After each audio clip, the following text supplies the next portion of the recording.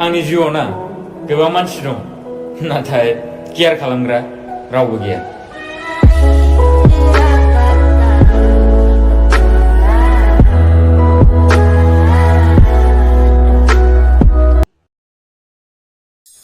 गोदोना जेब्ला बियो आंजों दंमोन अब्ला रायज्लायनो गोसोबानो रायज्लायनो हायोमोन, नाथाय दिनै बियो आंनि जाना गैला नालाय गोसोआथ' बहुद रायज्लायनो लुगैयो, नाथाय ना कलखौनो खालामनो हायो ना मेसेजखौनो खालामनो हायो।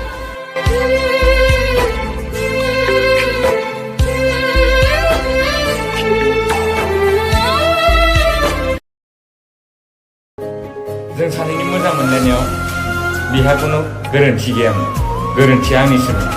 बियो आंजों टाइम पास खालामनो सानदोंमोन, ओमफ्राय आं बिखौ मोजां मोनफ्लांदोंमोन।